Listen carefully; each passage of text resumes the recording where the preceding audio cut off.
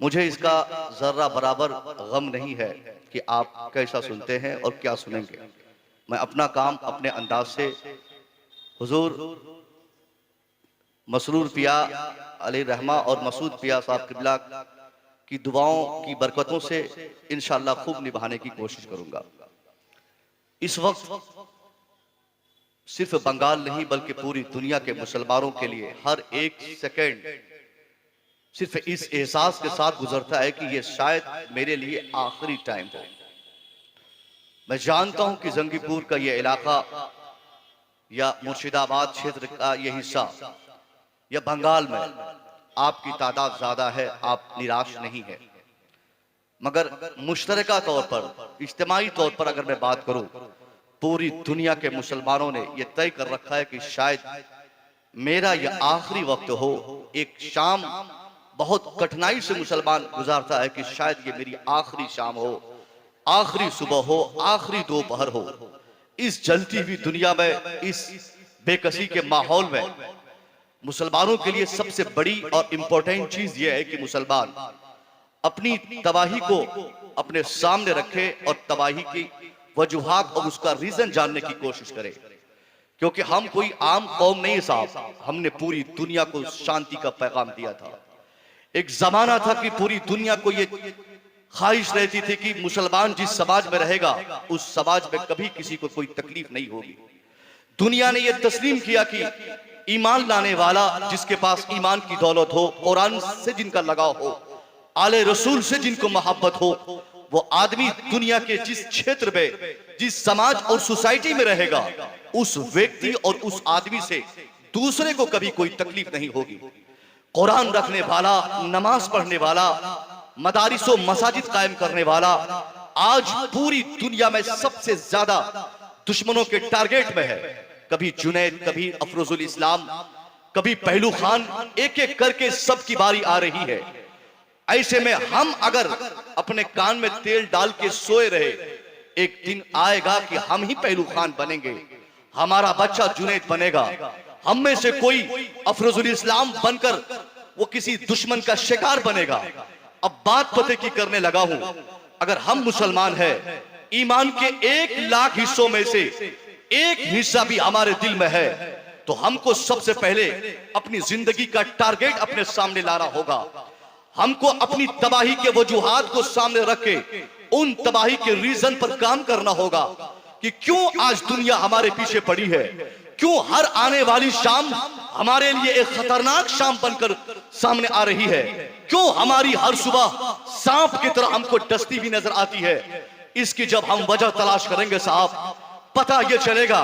आज इस पूरी दुनिया के मुसलमानों की बात कर रहा हूं, मुसलमान चाहे जंगीपुर का हो या कलकत्ता का, मुसलमान चाहे कलकत्ता का हो या पटना का, मुसलमान चाहे पटना का हो या चेन्नई का, मुसलमान चाहे हिंदुस्तान का हो या पाकिस्तान का, मुसलमान चाहे बांग्लादेश का हो या ईरान का, मुसलमान चाहे जापान का हो या जर्मन का, पूरी दुनिया के 140 करोड़ से ज्यादा मुसलमानों की आबादी के इस वक्त का किरदार अगर देखा जाए, मुसलमान 1 2 नहीं, 1000 नहीं, लाखों की तादाद में बटे हुए नजर आते हैं। ये कहते हुए हमको बहुत अच्छा लगता है कि हम रज़वी हैं, वो कलीमी है, वो अशरफी है, वो कादरी है, वो चिश्ती है, वो नक्शबंदी है, और बड़े नारे लगते हैं। हाँ, 100% सच्चाई है कि हम कलीमी हैं और हुजूर मसरूर पिया से हम मोहब्बत करते हैं। हम रज़वी हैं, सरकार आला हजरत से मोहब्बत करते हैं। हम चिश्ती हैं, सरकार गरीब नवाज से मोहब्बत करते हैं। हम कादरी हैं, गौसे आजम से उल्फत करते हैं। बहुत अच्छी बात है, मगर यहां कौन आपको कह दिया कि एक कलीमी रज़वी का दुश्मन है,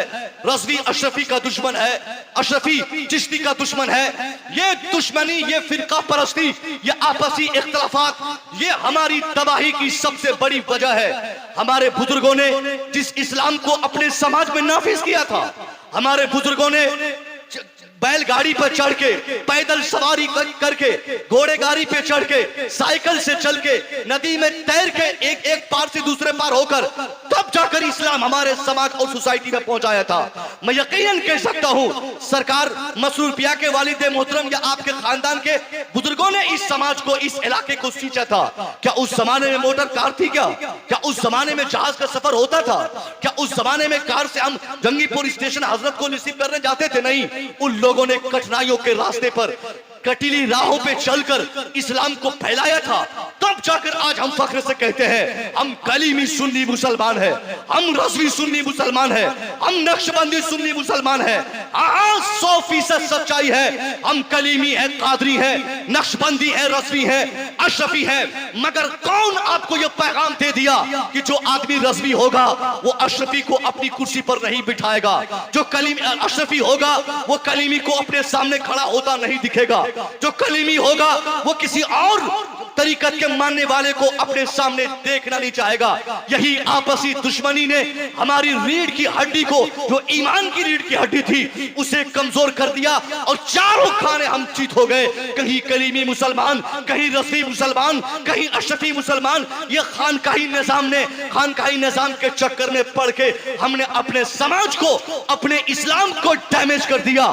हमें शर्म नहीं आती? जिस हिंदुस्तान में हम रहते हैं, इस हिंदुस्तान की कहानी बताती है साहब। आज से 50 साल पहले तक इस हिंदुस्तान के वो कौम जो आज बरसर इख्तियार है, जिनके हाथों में आज सबसे ज्यादा विधायक की ताकत, जिनके पास सबसे ज्यादा मंत्री की कुव्वत, जिनके झोली में सबसे ज्यादा एमपीज है, जो आज बरसर इख्तियार है, जिसको हम वक्त का बादशाह कह सकते हैं, जो आज पीएम बना है, राष्ट्रपति बना है, कहीं का मुख्यमंत्री बना है, उसके समाज का आप जायजा लीजिए। आज से 50 साल पहले वो समाज इतना मजबूत नहीं था। वहां पे ऊंच नीच की बातें होती थी, वहां पर दलितों को बैठने की इजाजत नहीं होती। कोई फॉरवर्ड कास्ट का आदमी आता, उनके सामने दलित 2 मिनट खड़ा नहीं हो सकता। अगर दलित खड़ा होता तो किसी फॉरवर्ड का पांव दबाता फिर खड़ा होता। उनके पिए गिलास में कोई फॉरवर्ड गिलास में पानी नहीं पीता।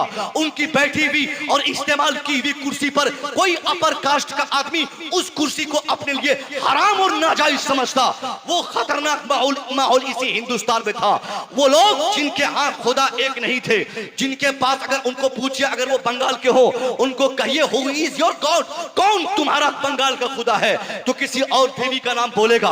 बिहारी को पूछिए, बिहारी गैर मुस्लिम को, कौन तेरा खुदा है, वो किसी और शख्सियत को सामने लाएगा।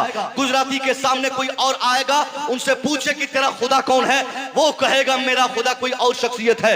यानी जैसे समाज बदलता है, माहौल बदलता है, इलाका बदलता है, मुल्क बदलता है, उनके खुदा बदल जाते हैं। हर जगह, हर जमाने में जिन लोगों के नजदीक जिनके खुदाओं की तादाद आज तक कोई फिक्स नहीं हो पाई, कोई ब्राह्मण कहता है 1 करोड़ की तादाद में हमारा खुदा है, दूसरा ब्राह्मण आके कहता है 5 करोड़ की तादाद में हमारा खुदा है। यानी खुदाओं की लिस्ट उनके घरों में इतनी लंबी चौड़ी है। बिल्ली को, खच्चर को, गधे को, गोबर को, पेशाब को, कौन सी ऐसी चीज है साहब, सांप, बिच्छू, जिसको उन लोगों ने खुदा नहीं कहा हो। यानी दर्जनों, लाखों, करोड़ों की तादाद में जिन लोगों ने खुदा मान रखा हो, अपने हाथ से बनाए हुए माबूद को खुदा कहना, अपने हाथ के बनाए हुए मिट्टी के पुतले को खुदा कहना, उनका समाज आज चेक किया जाए, वो मुनज़्ज़म समाज तैयार कर चुका है। वो लोग एकजुट हो चुके हैं, वो लोग यूनाइटेड हैं, वो लोग मुत्तहिद हैं। आज उनसे पूछा जाए, बंगालियों का खुदा अलग होता है, मगर बंगालियों के गैर मुस्लिम और बंगाल के गैर मुस्लिम और बिहार के गैर मुस्लिम दोनों के खुदा अलग अलग है, मगर मिशन दोनों का एक है, तहरीक दोनों की एक है, इंटेंशन दोनों का एक है, इरादा दोनों का एक है, मिशन दोनों का एक है। अब उन मिशन पे वो लोग काम कर रहे हैं। नतीजा क्या निकला? हालात को समझा गया, माहौल देखा गया, हालात को जांचा गया। आज से 50 साल पहले जिनके समाज में दलित को इज्जत नहीं मिलती, जिनके समाज में दलित को सबसे ज्यादा पिछड़ा और सबसे ज्यादा जलील समझा जाता, मगर उन लोगों ने उन्हीं दलितों को गले लगाना शुरू किया, उनसे मोहब्बत करना शुरू किया। आज वो लोग यूनिटी की ताकत को दिखाते हुए हिंदुस्तान जैसी अज़ीमुश्शान सरजमीन का सबसे बड़ी कुर्सी का वो काबिज है, सबसे बड़ी कुर्सी पर बैठकर आज सारे हिंदुस्तानियों का हाकिम बना हुआ है। मैं पूछना चाहूंगा, ये ताकत किस चीज की है?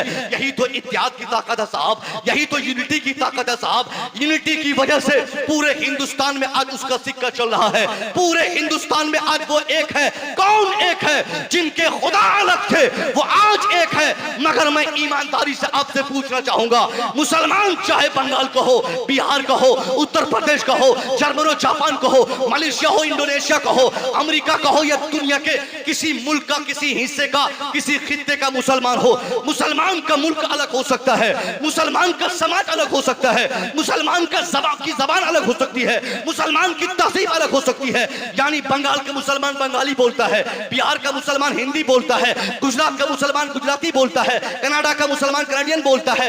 यानी जगह की तब्दील, जगह के चेंजिंग के एतबार से मुसलमानों की जबान बदलती है, तहजीब बदलती है, तमद्दुन में इख्तिलाफ पाया जाता है।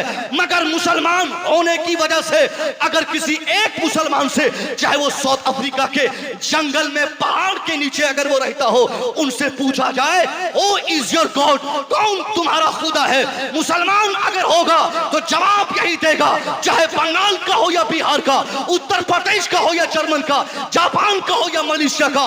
मुसलमान अगर होगा, उनसे पूछा जाए किसने तुझे पैदा किया, कौन तुझे खिलाता है, कौन तेरी प्रोटेक्शन करता है, सीधा जवाब होगा रब्बी अल्लाह, मेरा रब अल्लाह है।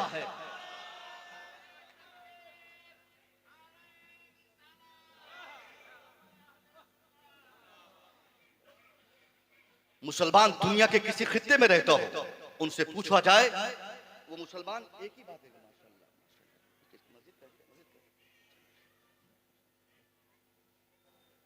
मुसलमान होना चाहिए। मुसलमान होने की बुनियाद पर, मुसलमान होने की बुनियाद पर सबका जवाब एक होगा कि अल्लाह मेरा रब है। जब अल्लाह मेरा रब है, अल्लाह ने मुझे पैदा फरमाया है, अल्लाह हमारी प्रोटेक्शन फरमाता है, जब अल्लाह के मानने की वजह से हम एक हो सकते हैं, तो क्यों आज हम आपसी इख्तिलाफात में पड़े हैं साहब? एक ही रास्ता जीने का है कि एक मुस्तफा के हम मानने वाले हैं, एक कुरान पर हमारा ईमान है। जब कुरान एक, नबी एक, अल्लाह एक, मजहब एक, तो इरादा क्यों अलग अलग हो गए? सीधा मतलब यह है कि अगर हमको जीना है तो कम से कम हमको अपने दुश्मनों से सीखना होगा, जिनके नजदीक जिनके खुदाओं की तादाद आज तक एक न हो सकी है, वो लोग आज एक प्लेटफॉर्म पे नजर आ गए और हम एक अल्लाह के मानने वाले हजारों प्लेटफॉर्म पे नजर आ रहे हैं। सीधा बचने का रास्ता है कुरानी फार्मूला समाज में नाफिज हो। कुरान क्या कहता है उस पर अमल किया जाए। हमारे पीर साहब क्या कहते हैं उससे बहुत ज्यादा मतलब नहीं है, हमारा कुरान क्या कहता है हमको उससे मतलब है, हमारा इस्लाम क्या कहता है हमको उससे मतलब है, हमारा मजहब क्या कहता है उससे हमको मतलब है। हमारा क्योंकि आजकल के ऐसे भी अल्हम्दुलिल्लाह हम तो ऐसे आप और हम ऐसे पीर के मानने वाले हैं जिन्होंने आज इस जमाने में भी, इस प्रोफेशनल माहौल में भी 54 से जायद मदारिस खोल रखे हैं। 54 से जायद मदारिस की सरपरस्ती करना सिर्फ लोगों को मुरीद नहीं बनाया है, बल्कि 54 से जायद मदारिस की सरपरस्ती फरमाकर हजारों की तादाद में तलबा के खाने पीने और हजारों की तादाद में असातिज़ा के पढ़ाने का इंतजाम करना, गोया ये इस बात की दलील है कि हमारे पीर साहब का दिमाग ये कहता है कि कौम को बचाना है तो कौम के हर बच्चे को तालीमी इदारे से जोड़ना होगा, उनके बच्चों को हाफिज कुरान बनाना होगा। मगर आज के भी माहौल में साहब ऐसे ऐसे झोला छाप पीरों को हमने देखा है, डेली शाम जलसे में हमारी बीतती है, हम लोग देखते हैं पीर साहब अपना काम चलाने के लिए बहुत जीते हैं, मगर कौम क्या कर रही है, कौम की हालत कैसे बदल रही है, कौम कहां तबाह हो रही है, इस पर शायद वो बायत किसी किसी खानका के पीर की नजर पड़ती है, इल्ला माशाअल्लाह। मगर अक्सरियत ऐसे पीरों की है जिनको ये मतलब नहीं कि उनके मुरीद क्या खाएंगे, उनके मुरीदों के बच्चे कैसे जिएंगे, उनके मुरीदों का माहौल और उनका समाज कैसे खुशगवार होगा, इससे कोई मतलब नहीं है। मेरी बात दूर तक चली गई। मैं कहना चाहता हूं आज अगर हमको बचना होगा तो हमको कुरान पाक के कानून को अपने समाज में नाफिज करना होगा। वो कुरान जिस कुरान अजीम को मिटाने के लिए हिंदुस्तान का यह हमारा दुश्मन जो 4 दिन से तैयार हुआ है, कभी कोई ढोंगा कोई ढोंगी की सूरत में, इसकी मैं बात नहीं करता। हिंदुस्तान से बहुत दूर फ्रांस की सरजमीन का एक बड़ा दुश्मन जिसको नेपोलियन कहा जाता है। नेपोलियन कोई मामूली आदमी का नाम नहीं है। नेपोलियन के पास 60,000 से जायद फौज का दस्ता था, यानी 60,000 से जायद फौज का मालिक अकेला शख्स जिसको नेपोलियन बोलते हैं, चीफ एंड कमांडर का नाम नेपोलियन था। नेपोलियन कई सालों से सोचता था कुरान मिटा दिया जाए, कुरान पढ़ने वाला मिट जाए, कुरान के मानने वाले को मिटा दिया जाए, कुरान के निजाम को धरती से उठा दिया जाए, जाए, मुसलमानों का वजूद खत्म कर दिया जाए। सुबह शाम यही सोचना, यही बोलना, यही सोचना।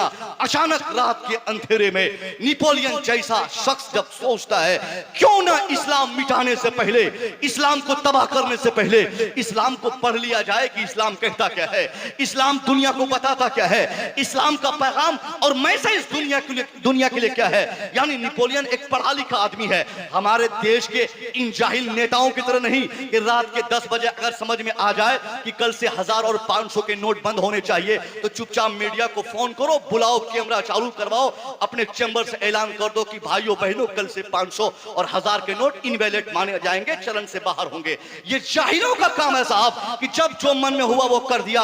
एक दिन प्रैक्टिस के लिए प्रैक्टिकल लॉकडाउन लगाया जाए, फिर 3 दिन के बाद 20 दिन का लगाया जाए, फिर 40 दिन का लगाया जाए। यानी जाहिल जब नेता बनता है अनाप शनाप फैसला करता है, जो मन में आता है गोबर भरा रहता है। गोबर वाला इंसान गोबर दिमाग में रहेगा तो गोबर वाला काम करेगा। मगर नेपोलियन एक पढ़ा लिखा नेता, ऐसा वैसा नेता नहीं, एक पढ़ा लिखा नेता 60,000 के फौज का मालिक। वो चलता तो 60,000 फौज उनके पीछे चलती, वो बोलता तो 60,000 लोग खामोश हो जाते, वो उठने कहता तो 60,000 लोग खड़े हो जाते। यानी इतनी बड़ी ताकत का मालिक बादशाह का नाम, फ्रांस के बादशाह का नाम नेपोलियन है। नेपोलियन सोचता है किसी फैसले को करने से पहले इस्लाम पढ़ लिया जाए, इस्लाम समझ लिया जाए, इस्लाम को जांच लिया जाए। चुनांचे उसने इस्लाम पढ़ना शुरू किया, इस्लाम के मुताबिक इस्लाम के ऊपर लिखी गई किताबें वो मंगाया, कुरान अजीम को भी पढ़ा। कुरान पाक के इंग्लिश अनुवाद के चंद नुस्खे अपने मुताले के मेज पे रख के दुनिया फ्रांस का बड़ा नेता नेपोलियन जब इस्लाम का स्टडी शुरू किया, इस्लाम को पढ़ना शुरू किया, पैगंबर इस्लाम की बायोग्राफी को पढ़ा, कुरान पाक के पैगामात को पढ़ा, उसके बाद अपने 4 या 5 साला दुश्मनी के कीड़े जो उनके दिमाग में रेंग रहे थे, उन सारे कीड़ों को अपने दिमाग से निकालकर पांव के नीचे रौंदते हुए कलम उठाता है, अपने मुताले के मेज पर रखी डायरी पे लिखना शुरू किया। वो कहता है I hope the time is not far off when I shall be able to unite all the wise and educated men from all countries of the world to establish a uniform based on the principles of Quran which alone are true, which alone can lead man peace and prosperity। जरा गौर से सुनिएगा, जंगीपुर इलाके में आए हुए मुसलमानों और इस कमेटी वालों से मेरी गुजारिश है, जरा गौर से सुनिएगा। रात के आखिरी पहरी भले मुसव्विर को आपने मौका दिया है, मैंने अपना फौरन इरादा चेंज किया, मुझे कुछ और मौजू पे गुफ्तगू करनी थी, मगर देखा कि हजरत है नहीं, दस्तारबंदी के बच्चे भी नहीं है, तो मौका गनीमत समझा, सोचा कुछ इस्लाही बातें हो जाए। जिस कुरान को आज तक हम पढ़े नहीं, सिर्फ कसम खाने के लिए हमने इस्तेमाल किया है, जिस कुरान अजीम को सिर्फ हमने तरावी में हाफिज जी के जरिए हम सुनते हैं और वहीं तक का काम हमने कुरान को समझा है। हमने ये समझा है कि कुरान खाने के लिए है, तरावी के लिए है, कसमें खाने के लिए है, उसको पढ़ के आदमी हाफिज कुरान बनता है, ये हमारी सोच है। मगर वो आदमी से पूछो जो कुरान कभी मिटाना चाहता था, मगर उस कुरान को जब पढ़ता है, पढ़ा अपनी सारी दुश्मनी को पांव के नीचे रोन कर क्या कहता है, I hope the time is not far off when I shall be able to unite. वो कहता है मेरी आशा यह है, मेरी तमन्ना यह है, मेरी उम्मीद यह है, I hope the time is, बहुत जल्द ऐसा भी टाइम आने वाला है। कौन कहता है? नेपोलियन कहता है। यहाँ हिंदुस्तान का एक नेता, उत्तर प्रदेश का बेगर बाल वाला नेता कहता है 5 साल और दिया जाए इनको भगा दिया जाएगा, कोई बोलता 10 साल दिया जाए इनको खेत दिया जाएगा, कोई कहता है 2030 से पहले यहाँ पे एक भी कलमा पढ़ने वाला नजर नहीं आएगा।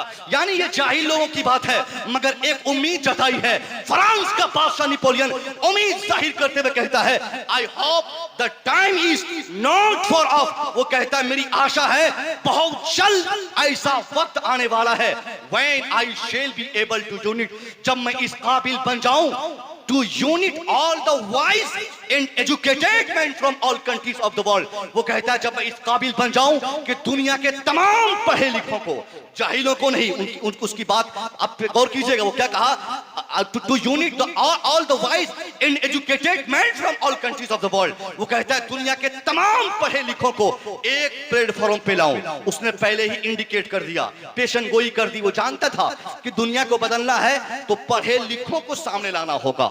जाहिलों को सामने लाओगे तो दुनिया बर्बाद हो जाएगी साहब। इसलिए उसने कहा कि I hope the time is not far off when I shall be to unite all the wise and educated men from all countries of the world। उसने कहा दुनिया के तमाम ममालिक से सिलेक्टेड पढ़े लिखे लोगों को लेकर मैं एक छत के नीचे बैठ जाऊं। क्यों बैठूं? वो कहता है टू इस्टेब्लिश ए यूनिफॉर्म। कहता है कि मैं पूरी दुनिया को संभालने के लिए एक कानून बनाना चाहता हूं।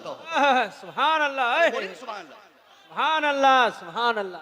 आपकी दीदी तो मेरी नजर से अगर देखा जाए तो अच्छी है, मगर हमारा वाला उसका कोई ठिकाना नहीं है। हमारा ताल्लुक बिहार से है, ससुराल उत्तर प्रदेश में है इत्तेफाक से, तो हमारे ससुराल वालों का भी कोई ठिकाना नहीं है, हमारे वालों का भी ठिकाना नहीं है। दीदी का तो ठीक ठाक चल रहा है, मगर आज पूरे हिंदुस्तान में एक कानून की बात चल रही ना, सुने कि नहीं आप लोग? यानी उन लोगों को मानना है कि पूरे दुनिया में एक निजाम हो, पूरे हिंदुस्तान में हिंदू मुस्लिम सिख ईसाई बच्चा बूढ़ा मर्द औरत जवान बच्चे सबके लिए एक जैसा कानून हो, एक जैसा शादी करे, एक जैसा तलाक दे। ऐसा कानून बनाने की ये लोग सोच रहे हैं।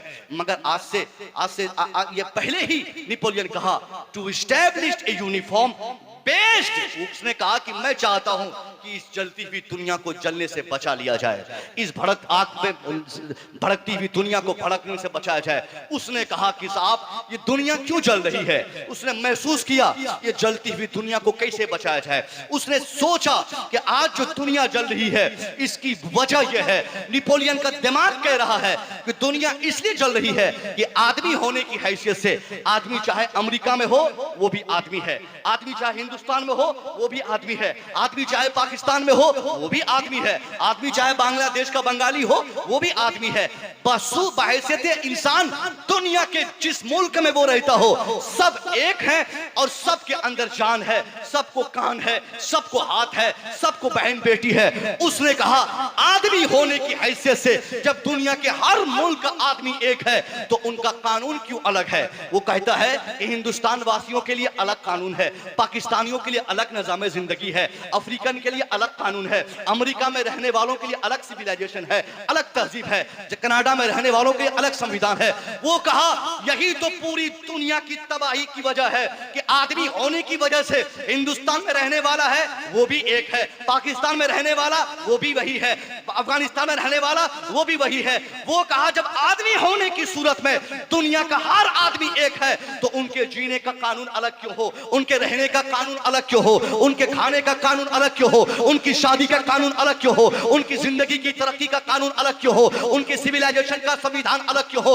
वो कहता है यही तो झगड़े की जड़ है, यही तो आग लगने की वजह है कि आदमी होने की सूरत में सब एक है और उनके जीने खाने का कानून अलग है। वो कहता है हिंदुस्तान का संविधान अलग कानून बनाता है, पाकिस्तान का कानून अलग चीज कहता है, अफगानिस्तान का संविधान अलग फरमान जारी करता है, अमेरिका का सिविलाइजेशन अलग बात बताती है। कहा यही झगड़े की जड़ है। वो कहता है मेरी ख्वाहिश होती है कि दुनिया के तमाम ममालिक के कवानीन को पोटली में बांधकर कुएं में डाल दिया जाए और सारी दुनिया की इंसानियत के लिए, सारी दुनिया के मानवता के लिए, सारी दुनिया के आदमियत को बचाने के लिए एक कानून बनाया जाए, एक ज़ाब्ता बनाया जाए, एक सिस्टम ऑफ लाइफ बनाया जाए, एक संविधान बनाया जाए। मगर वो संविधान हो तो कैसा हो, वो कानून हो तो कैसा हो, वो ज़ाब्ता हो तो कैसा हो, वो कानून हो तो कैसा हो। वो कहता है to establish a uniform based on the principles of Quran. वो कहता है मैं चाहता हूं कि पूरी दुनिया के इंसानियत के लिए,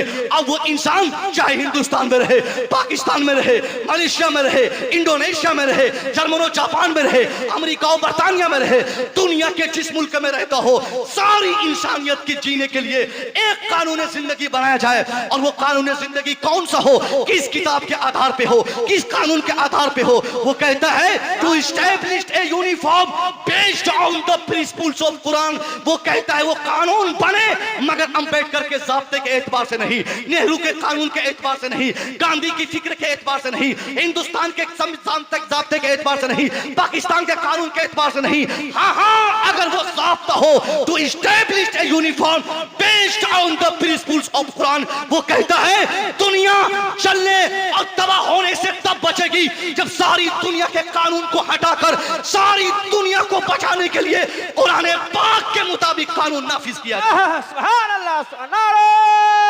तकबीर, नारे रिसालत, दीन इस्लाम, फैजान कलीमी, हजरत अल्लामा मौलाना मुफ्ती मसूद रजा साहब, नारे तकबीर, नारे रिसालत। वाह, बहुत खूब।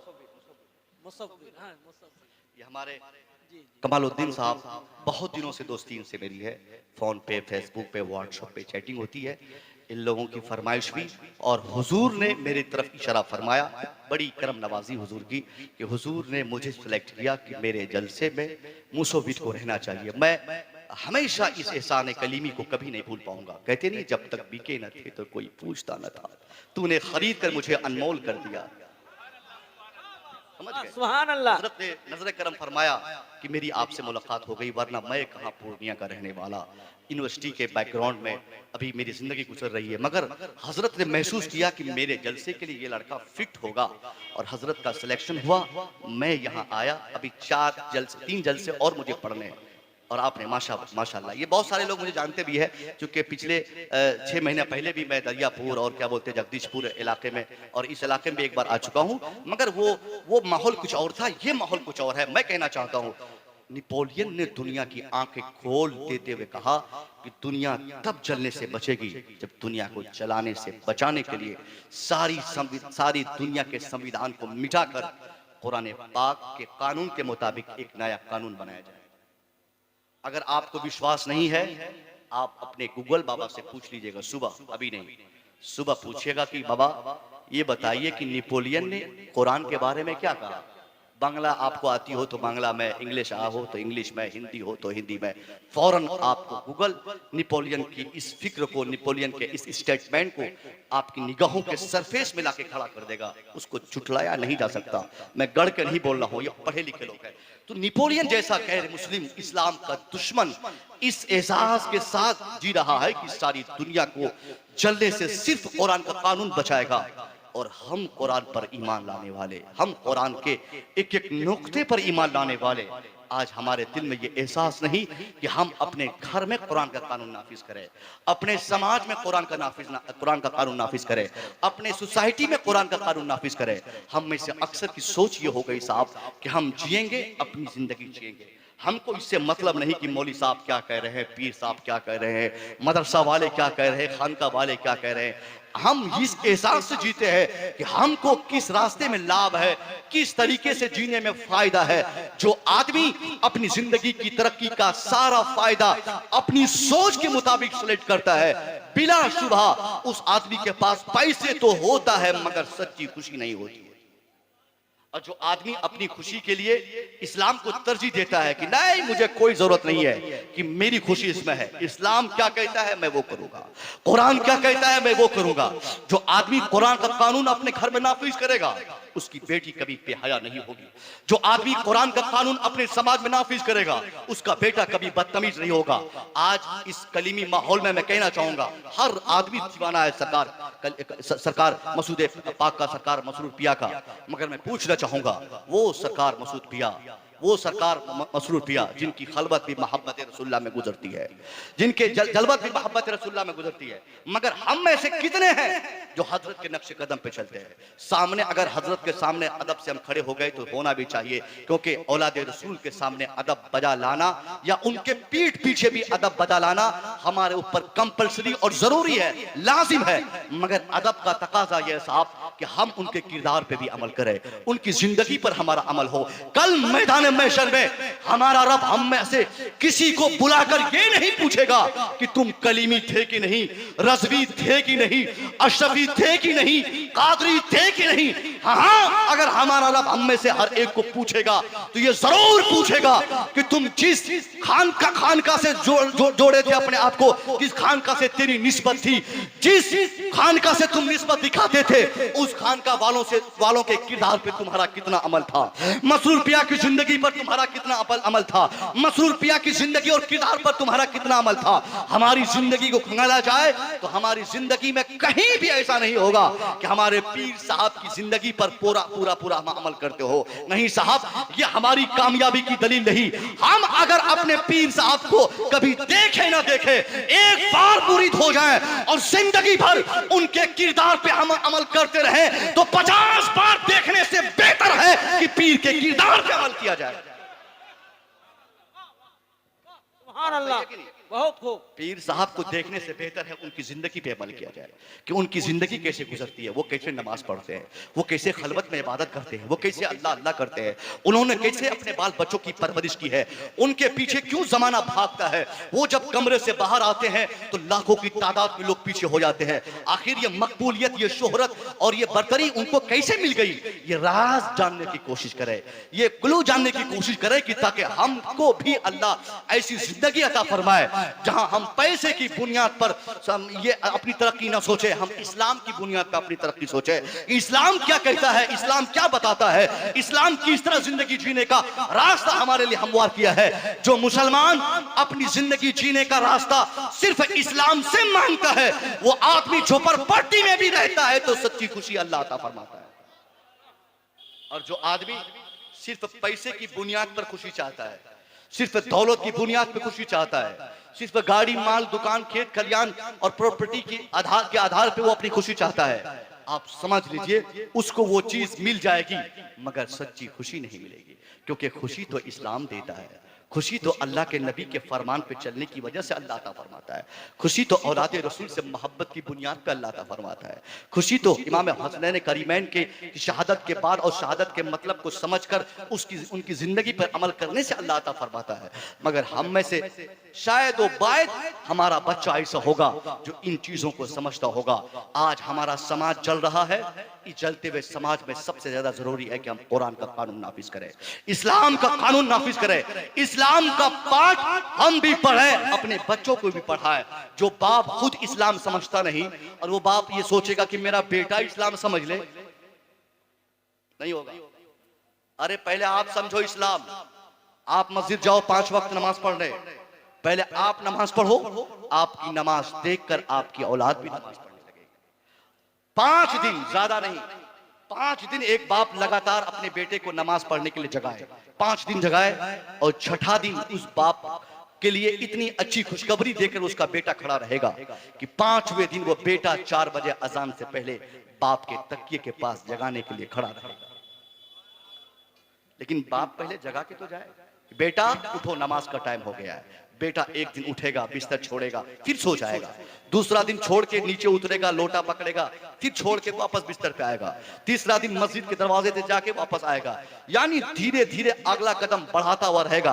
5 दिन के बाद छठी सुबह को उसका बेटा नमाज फजर की अजान से पहले बाप के तकिए के पास जगाने के लिए खड़ा रहेगा। लेकिन बाप इस पे अमल करेगा तब ना। अभी ये आफ्ताब वाला जो कांड हुआ है, आफ्ताब वाला कांड कौन को जानते हैं? अरे आफ्ताब नाम का एक लड़का, गर्चे फर्जी नाम हो, गर्चे फर्जी नाम हो, जो हाईलाइटेड नाम है, मैं वही बोल रहा हूं, दोष उसका नहीं है। मैं मानता हूं आफ्ताब का मामला जिस लड़की के साथ था, उस लड़की के घर वाले को अपनी बेटी के ताल्लुक से खबर नहीं थी कि मेरी बेटी कहां है। मगर आफ्ताब का बाप कितना बड़ा जिम्मेदार था, उसके बाप को तो ये सोचना चाहिए मेरा बेटा कहां है। जो बाप अपने बेटे को तमीज नहीं सिखा सकता, जो बाप अपने बेटे की तरबियत नहीं दे सकता, वो बाप जान जाए कि मेरा बेटा आने वाले वक्त में आफ्ताब का भी बाप बनेगा। इससे पहले कि हमारा बेटा दुनिया के सामने जलीलो खार हो जाए, हम अपने बेटे की ऐसी तरबियत करें कि हमारा बेटा डॉक्टर, इंजीनियर, आईएएस, आईपीएस बने ना बने, एक अच्छा इंसान जरूर बन जाए। और जहां बाप खुद उसको फुर्सत नहीं, बाप को खुद टाइम नहीं, बाप खुद कभी चाहता नहीं कि मेरा बेटा अच्छा बने, तो उसका बेटा जालिम बनेगा, उसका बेटा जल्लाद बनेगा, और उसके बेटे की जुर्रत इतनी बढ़ जाएगी तो वो अपने बाप को पीटने तक तैयार रहेगा। और पीटता ही है। बहुत सारे बाप की शिकायत है कि हजरत मेरा बेटा मुझे पैसा नहीं देता, मेरा बेटा कमा के नहीं खिलाता, मेरा बेटा बुढ़ापे में मेरा सहारा नहीं बनता। बिला शुबहा वो लड़का नादान है, गलती कर रहा है, मगर मैं उस बाप से पूछूंगा कि अब्बा हुजूर, आपने तरबियत के टाइम पे आपने कितना टाइम अपने बेटे को दिया था? जब अपने बेटे को बच्चे को की तरबियत करनी थी, क्या आपके पास वक्त था? आप तो ताश खेल रहे थे, आप जुए के अड्डे में थे, आप ताड़ी पी के कहीं घुलटे हुए थे, आप शराब पीकर कहीं घूम रहे थे। तो जब तरबियत दिलानी रहती है उस वक्त बाप को इसकी फिक्र नहीं रहती, और बाप अभी रोना रोता है कि मेरा बेटा मुझे नहीं मानता। सबसे बड़ा काम है तरबियत दिलाना। आलिम, हाफिज, कारी, आईएएस, आईपीएस, डीएम, कलेक्टर और डॉक्टर, इंजीनियर, ये सारी चीजें अलग चीज है। हर बाप चाहता है मेरा बेटा पढ़ ले। इस समाज में शायद कोई होगा जो सोचता होगा कि मेरा बेटा नहीं पढ़े। पियक्कड़ आदमी भी चाहता है कि मेरा बेटा पढ़ ले। हमने देखा कि नशे में बोलता है, अपने बेटे को पूछता है, अरे आज स्कूल पढ़ने गया था तू? यानी नशे की हालत में भी अपने बेटे को पूछता है कि वो पढ़ने गया था कि नहीं गया था। आज इस जमाने में आदमी अपनी कमाई का 80% अपने बच्चों की तालीम पे खर्च करता है।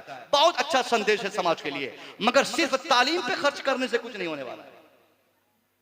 सिर्फ तालीम पे खर्च करने से कुछ नहीं होने वाला है। हर बाप सोचता है कि मेरा बेटा आईएएस बन जाए, आईपीएस बन जाए, डॉक्टर बन जाए, इंजीनियर बन जाए, हेडमास्टर बन जाए, प्रोफेसर बन जाए। हाँ, जो बनाना हो अपने बेटे को आप बनाइए, मगर मैं चैलेंज देकर कहता हूं, जो बाप सिर्फ अपने बेटे को आईएएस, आईपीएस, डॉक्टर, इंजीनियर बनाना चाहेगा, वक्त के तकाजे में उसका बेटा डॉक्टर बन जाएगा, मगर शैतान डॉक्टर बनेगा। इंजीनियर बनेगा मगर बेईमान इंजीनियर बनेगा। आलिम भी बनेगा मगर इनकम्प्लीट आलिम बनेगा। तब क्या करना होगा? एक बाप के लिए जरूरी ये नहीं कि वो अपने बेटे को सबसे पहले आईएएस बनाना चाहे, सबसे पहले डॉक्टर बनाना चाहे। अपने बाप के लिए, अपने बेटे के लिए जरूरी है कि वो अपने बेटे को कुछ बनाए ना बनाए, अपने बेटे को अच्छा इंसान बनाना सोचे।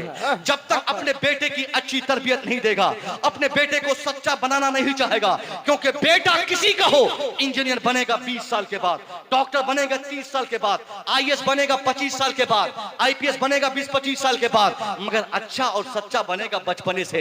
इसलिए बाप की जिम्मेदारी सिर्फ ये नहीं कि वो अपने बेटे की तालीम के लिए मकान बेच दे, बच्चे की तालीम के लिए अपनी दुकान बेच दे, बच्चे को इंजीनियर बनाने के लिए 50 लाख रुपए खर्च कर दे, बल्कि बाप की जिम्मेदारी ये है कि वो अपने बेटे को इंसान बनाने के लिए बचपन से ही उसके पीछे दिमाग लगा दे।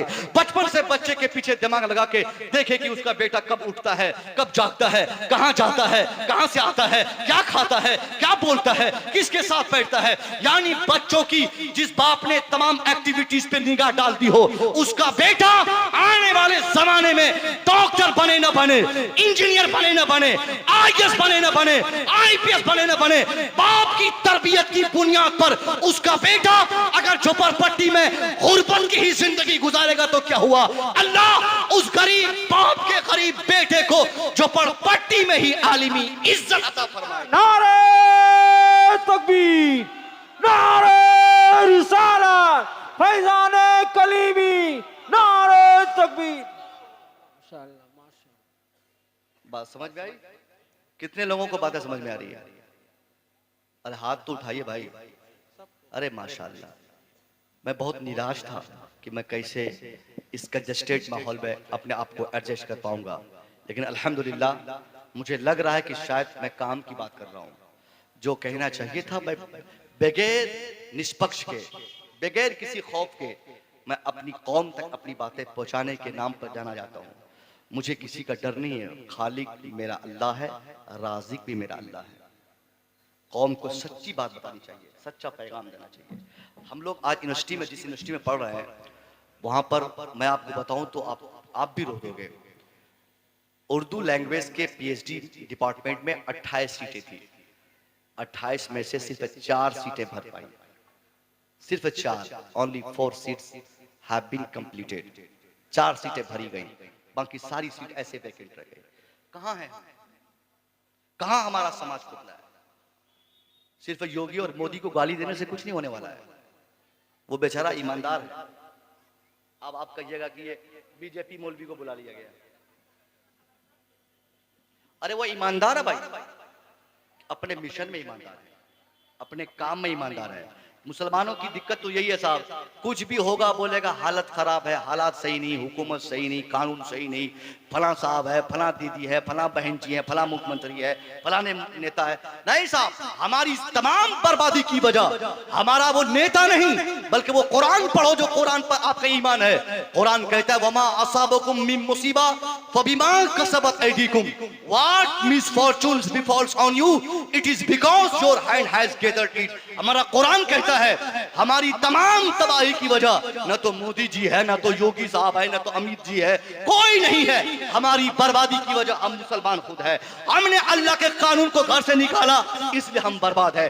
हमने फरमाने मुस्तफा को अपने मकान से, सोसाइटी से निकाला, इसलिए हम तबाह बर्बाद है। हमने अपने पीरों को, अपने खानकाहों को के मानने, जिस खानका से हमारा राब्ता है, उस खानका के सिस्टम को अपने घर से निकाला, इसलिए हम तबाह बर्बाद है। ये हमारी तबाही की वजह है। मोदी हमारी तबाही की वजह नहीं, वो तो ईमानदार है अपने काम में, वो ईमानदार है अपने मिशन में, इसलिए वो ईमानदार है। क्योंकि जब इलेक्शन नहीं हुआ था, बड़े बड़े मंच से उसने अपने मानने वालों को कहा था कि हमको मुख्यमंत्री बनाओ, हमको सीएम बनाओ, हमको पीएम बनाओ, हमको होम मिनिस्टर बनाओ। हम अगर जीत कर कुर्सी पालेंगे, इन मुल्लों को खिदेड़ेंगे, इन ईमान लाने वालों को भगाने का कोई रास्ता निकालेंगे। उनके मानने वालों ने उनको वोट देकर किसी को मुख्यमंत्री बनाया, किसी को होम मिनिस्टर बनाया, किसी को पीएम बनाया, किसी को सीएम बनाया। वो लोग कुर्सी पा गए, इसलिए वो लोग जो वादा किए थे अपने लोगों से, वो अपने वादा किए काम में वो वफा निभा रहे हैं, वफाई कर रहे हैं, ईमानदारी कर रहे हैं। इसलिए मैं कहता हूं योगी ईमानदार है अपने मिशन में, मोदी ईमानदार है अपने तहरीक में, योगी अमित शाह ईमानदार है अपने काम में। हम बेईमान ठहरे, हम बेवफा ठहरे। हम में से हर एक आदमी ने जब कलमा पढ़ा था, अपने मजहब से उसी वक्त वादा किया था। कलमा हम पढ़ रहे हैं, फजर की नमाज भी हम ही पढ़ेंगे, कलमा हम पढ़ रहे हैं, जोहर भी हम पढ़ेंगे, कलमा हम पढ़ रहे हैं, असर हम पढ़ेंगे, कलमा हम पढ़ रहे हैं, मगरिब व इशा हम पढ़ेंगे, कलमा हम पढ़ रहे हैं, मस्जिदें हम आबाद करेंगे, कलमा हम पढ़ रहे हैं, मदारिस हम आबाद करेंगे, कलमा हम पढ़ रहे हैं, खानका हम आबाद करेंगे, कलमा हम पढ़ रहे हैं, हाया हम का नाफिज करेंगे, कलमा हम पढ़ रहे हैं, ईमान के तकाज़े पर हम अमल करेंगे।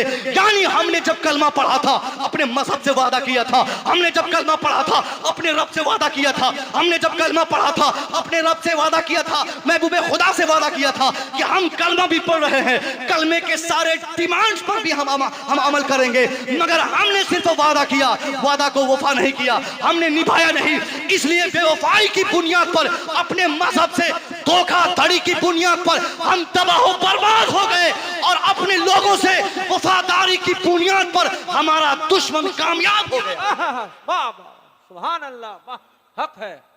वो बेहतर नहीं जो सिर्फ कलमा कलमा चिल्लाए, आदमी वो बेहतर है जो कलमे के तकाजे पर चले।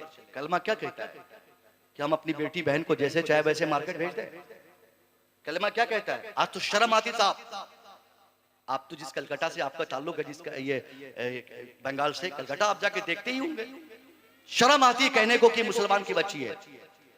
4 दिन पहले की बात बता रहा हूं, आगरा से मुजफ्फरपुर की ट्रेन पे मैं बैठा था, मेरे सामने वाली सीट पर, आरएसी सीट थी, उस एक ही सीट पर एक कपल बैठे थे, और ऐसा मशकूक और कंफ्यूजन में पड़ा कि आखिर ये लड़का लड़की है कौन, क्योंकि लड़के के हाथ में कड़ा बंधा था, लड़की नकाब पोश थी।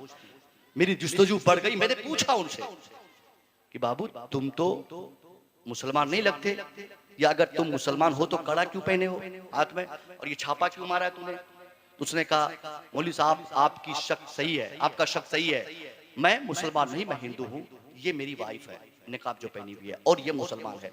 आज से 6 महीना पहले कटिहार के बारसोई इलाके से मैं किसी मुसलमान के घर से इसको लेके भागा था, और 6 महीने हो गए मैं दिल्ली में रहता था, मैंने कोर्ट मैरिज कर ली, शादी के सारे डॉक्यूमेंट्स कंप्लीट हो गए, इसलिए मैं अब घर वापस जा रहा हूँ। कितनी अफसोस की बात है, एक मुसलमान की बेटी, साहिब ईमान की बेटी गैर मुस्लिम के कब्जे में चली गई, और हम सिर्फ अपनी आस्तीन संभाल के, आस्तीन चढ़ा के बोलते कि हम मुसलमान हैं। अरे गैरत मर गई हमारी, गैरत कब काम आएगी हमारी 50 तारीख है, कब काम आएगी हमारी ताकत है? मस्जिद की कमेटी अलग, खानका की कमेटी अलग, मदरसे की कमेटी अलग। आखिर किस कमेटी की जिम्मेदारी है कि वो अपने मुआशरे के हर एक बच्ची की जिंदगी और उसके ईमान की सुरक्षा का गारंटर बन जाए? कौन जिम्मेदारी संभालेगा? एक बच्ची भी ईमान वाले की अगर भागती है अपने समाज और घर से, तो सिर्फ उस घर वाले की जिम्मेदारी नहीं है, सिर्फ वो उसके घर वाले आंसू ना बहाएं, बल्कि उस बच्ची का ताल्लुक जिस समाज, जिस सोसाइटी, जिस मुआशरे से है, पूरे मुआशरे के लिए रोने की बात है। अब अगर उस माहौल, उस गांव के लोग अगर बदले में 50 करोड़ की मस्जिद बना ले, 40 करोड़ की ईदगाह बना ले, 100 करोड़ का अगर मदरसा बना ले, फिर भी जो बेइज्जती एक बच्ची के भागने से हुई है, वो 50 करोड़ की मस्जिद बनाने के बाद भी वो इज्जत वापस नहीं आएगी। क्योंकि ईमान इतनी बड़ी कीमती चीज है साहब। पूरी दुनिया की दौलत एक तरफ और ईमान की दौलत एक तरफ है, मगर हमारी बेटियां डेली बाय डेली, अभी आज शाम पढ़ा, एग्जाम दिलाने ले गया झारखंड में, किसी फ्रेंड को भेजा कि जाओ मेरी बीवी को एग्जाम दिलाओ, उधरे से उसकी बीवी दूसरे गैर मुस्लिम के साथ फरार हो गई। पढ़ा होगा आप में से बहुत सारे लोगों ने। आखिर इस पे कंट्रोल कब करेंगे हम? अगर आपके पास ईमान है तो सिर्फ आपकी जिम्मेदारी ये नहीं कि बिरयानी खाए, मुर्गा खाए, पुलाव खाए, सो गए, जुम्मा के दिन नमाज पढ़ लिए, ईद के दिन नया कपड़ा सिला लिए। नहीं साहब, नहीं, ऐसे चलने वाला नहीं काम। आपकी जिम्मेदारी है आपकी, आप ऐसी जिंदगी गुजारिए और अपने समाज की ऐसी इस्लाह कीजिए कि आपके समाज की गरीब की बच्ची, जिसके बाप के पास 8 आना पैसा भी पॉकेट में नहीं हो तो क्या हुआ, उसकी बच्ची के दिल में भी इसका एहसास हो कि मेरे घर में फूटी कौड़ी नहीं तो क्या हुआ, मेरे सीने में करोड़ों के ईमान की दौलत। कौन हमारी बच्ची को इसका एहसास दिलाएगा? कौन दिलाएगा? ये मस्जिद के इमाम साहब की जिम्मेदारी नहीं है, स्टेज के खतीब की रिस्पांसिबिलिटी नहीं है, हमारे हुजूर पीर साहब की जिम्मेदारी नहीं है। हुजूर पीर साहब किबला इसलिए तशरीफ लाया करते हैं ताकि उनकी आमद से पूरा माहौल शादाब हो जाए, फैज़याब हो जाए हम सब लोग। मगर 24 घंटे हम जिस माहौल और मुआशरे में रहते हैं, हमारी ना जिम्मेदारी है कि हमारी बच्ची कहाँ रहती है, किसके साथ बैठती है, किसके साथ उठती है, कहाँ जाती है, क्यों फ्रेंड से बात करती है, क्यों उनके हाथ में हमने मोबाइल पकड़ाया है। इसलिए इस अजीमुशान जलसे का आखिरी पैगाम, आखिरी मैसेज मुसव्विर रजा मिसबाही का आपके लिए यह है कि आपका समाज सेहतमंद और कामयाब समाज तब बनेगा जब आपके समाज की हर बच्ची, चाहे गरीब की हो या अमीर की हो, काले की हो या गोरे की हो, हर एक की बच्ची अपने समाज की इज्जत और प्रतिष्ठा को महफूज करके अपने घर में जीता रहे। अगर आपने बेहयाई की है, आप अगर इसकी इस्लाह नहीं करेंगे तो आने वाले जमाने में, आज किसी और की बेटी भागी है, कल आपकी बेटी भागेगी। आज दूसरे की बच्ची भागती है तो हम लोग किस तरह बोलते हैं, फलाने की बेटी भाग गई, मजाक उड़ाते हैं ना कि क्या हो, कुछ मालूम है तो क्या, अरे अकराम की बेटी भाग गई, सादिक की बेटी फरार हो गई, जैद की बेटी भाग गई, और हम हंसते हैं, भले भाग गई, बहुत फख्र था उसको। मगर इंतजार कीजिए आप भी, आज जैद बकर खालिद की बेटी भागी है, आप हंसते फिरते हैं, कल आपकी बेटी भागेगी तो दूसरे लोग ढोल बजाएंगे।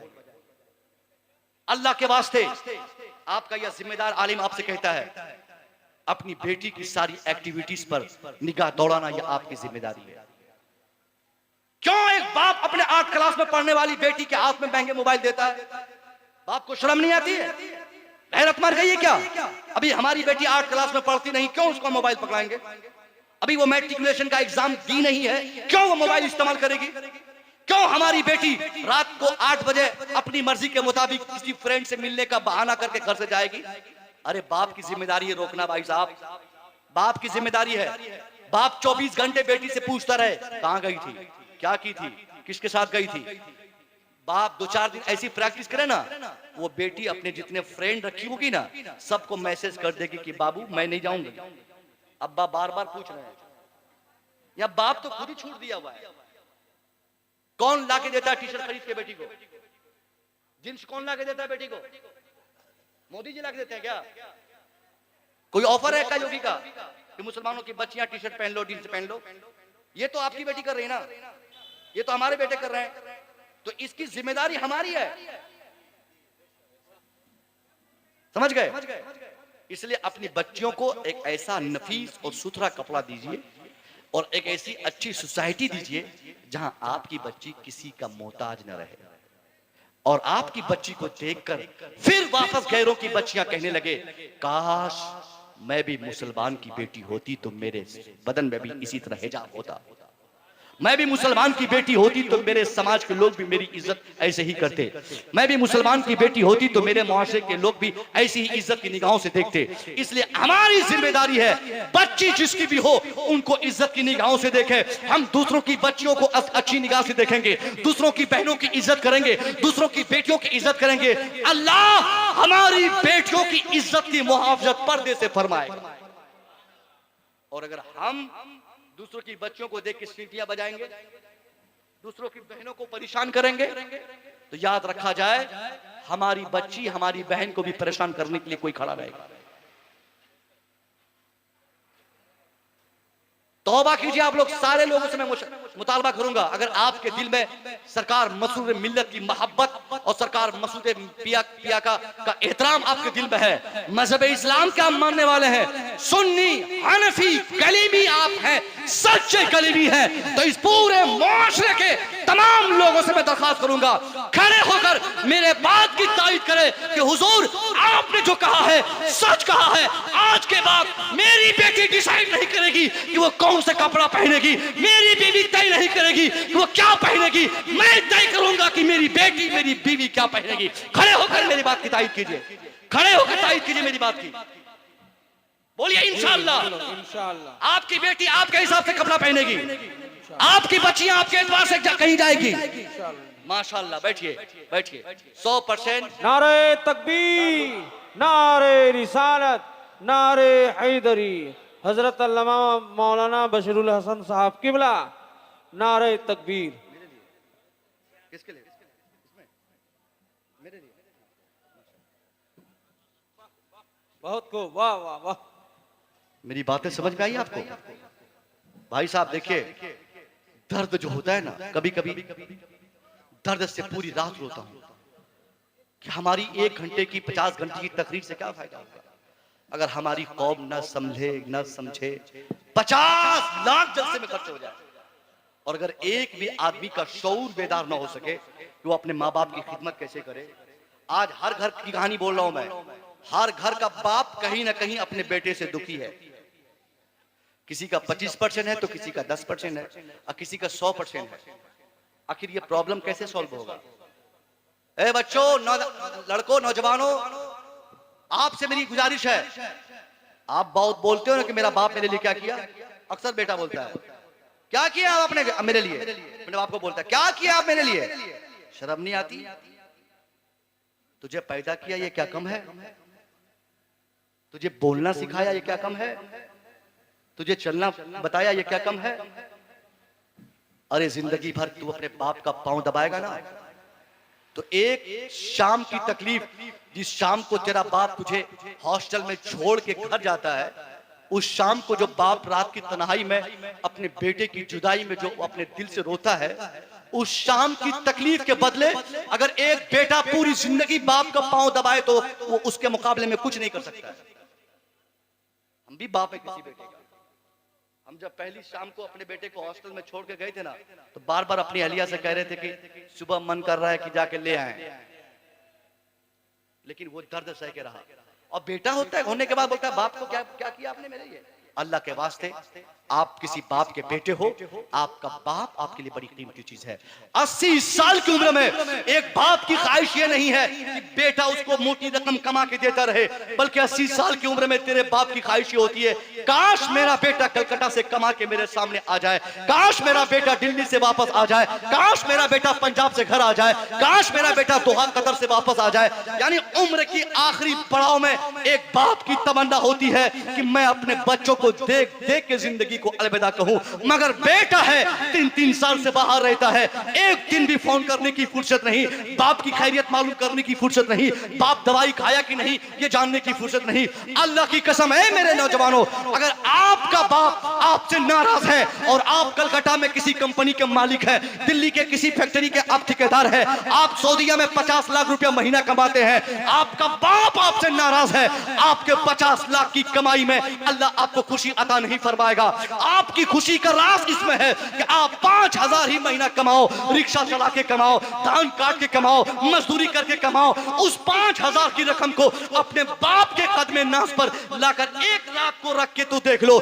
जिस दिन जिस बाप ने अपने बेटे की, एक माँ की कमाई को अपने पांव के नीचे देख लेगा, वो बाप दुआ करेगा, या अल्लाह मेरा बेटा कितना अच्छा मजदूरी करके 5,000 कमा के मेरे पास लाया है। ए अल्लाह मेरा बेटा कलकत्ता में चौराहे पर रिक्शा चलाकर 5,000 मेरे कदमों में लाया है। ए अल्लाह ये गरीब बाप, बूढ़ा बाप अपने जवान बेटे की कमाई के लिए, बरकत के लिए दुआएं खैर कर रहा है। वो बाप तेरे लिए दुआ करेगा, तू 5,000 कमाएगा मगर अल्लाह 5,000 में बरकत 50,000 की अता फरमाएगा। नारे तकबीर, नारे रिसालत, हुजूद मसूद मियां का दामन, हुजूदुल्लाह मियां का दामन, नारे तकबीर, नारे रिसालत। मेरी बातें बहुत दूर तक चली गई, हमारे खतीब भी आ गए, वक्त भी काफी हो गया है। शायद मैंने 3-4 मोटी मोटी बातें जो आप तक कही आप समझ लोगे। हमारा कानून, हमारा समाज तब बचेगा जब हम कुरान का कानून नाफिज करेंगे। ये जामिया रज़ाकिया कलीमिया के प्रांगण का ये जलसा, जिसमें 70 से ज़ायद बच्चों की दस्तारबंदी हुई, बड़ी खुशी हुई मुझे सुनकर कि इस माहौल में 70 लोग कुरान पाक को पढ़ लिए, कोई आलिम बने, कोई हाफिज बने। यकीनन आपका पैसा कामयाब हो गया। आपके पैसे ने किसी एक को हाफिज कुरान बनाया है, आपके पैसे ने किसी को आलिम दीन बनाया है। और याद रखिए मुसलमानों, आपकी खुशी के लिए बोल रहा हूं, अगर आप में से किसी एक ने भी 1 रुपया भी जामिया रज़ाकिया के लिए, कलीमिया के लिए, अगर आपने इस जामिया के लिए दिया है, तो याद रखिए सिर्फ जो हाफिज कुरान है वही जन्नत नहीं जाएंगे, या उनका बाप सिर्फ जन्नत नहीं जाएगा। अरे अगर एक हाफिज कुरान 30 पारा कुरान पढ़ने की बुनियाद पर गले में हार लगाए जाते हैं, तो उनके भी गले में हार पड़ने चाहिए जो कमेटी वाला है, जो मदरसा चलाता है, जो मदरसे में डोनेशन करता है, डोनेट करता है। इसलिए कि अगर वो काबिल मुबारकबाद है तो इस जमाने में मदरसा चलाना भी ये बहुत बड़ी बात है साहब। आपके पैसे से अगर कोई बच्चा हाफिज कुरान बना है तो समझिए उसकी जन्नत में, उसके साथ जन्नत जाने में आपका भी हिस्सा है। इंशाअल्लाह इसका बेहतर बदला अल्लाह रब्बुल इज्जत आपको देगा। इंशाअल्लाह किसी दूसरी महफिल में 27 तारीख को शायद इधर कहीं पे है, माँ के ताल्लुक से, बीवी के ताल्लुक से, बेटी के ताल्लुक से जो चंद बातें मेरे जहन में रह गई हैं, और आले रसूल के ताल्लुक से खुसूसी तौर पर हजरत की जब मौजूदगी में देखूंगा, उनके कदम की बरकतों से मैं जरूर बोलने की कोशिश करूंगा। आखिर में यही एक जुमला कि आले रसूल से मोहब्बत ये असल कामयाबी की दलील है, वरना 50 साल से कोई नमाज पढ़े और आले रसूल को कोई गाली दे,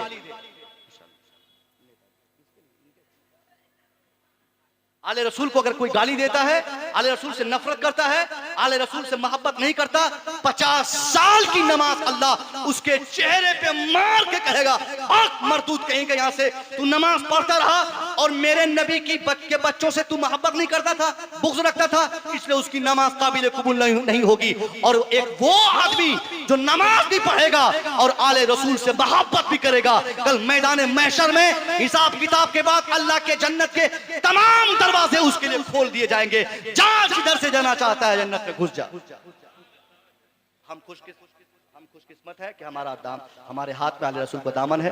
दुआ है मौला तबारक व तआला इस मुख्तसर तरीन महफिल में जिन लोगों ने शिरकत की और जैसे भी हिस्सा जिन लोगों ने लिया, अल्लाह सबकी हिस्सेदारी को कबूल फरमाए। अस्तगफिरुल्लाह रब्बी मिन कुल्ली ज़ंबी व अतूबु इलैह। अस्सलामु अलैकुम।